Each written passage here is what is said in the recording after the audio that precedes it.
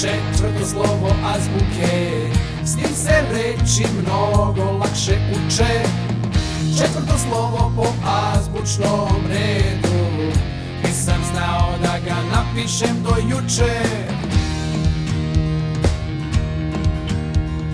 G kao guska, guska.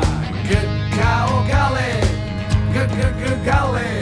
G kao gusar, gusar. G kao gorila, gorila.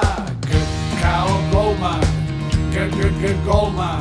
G kao grožđe, grožđe.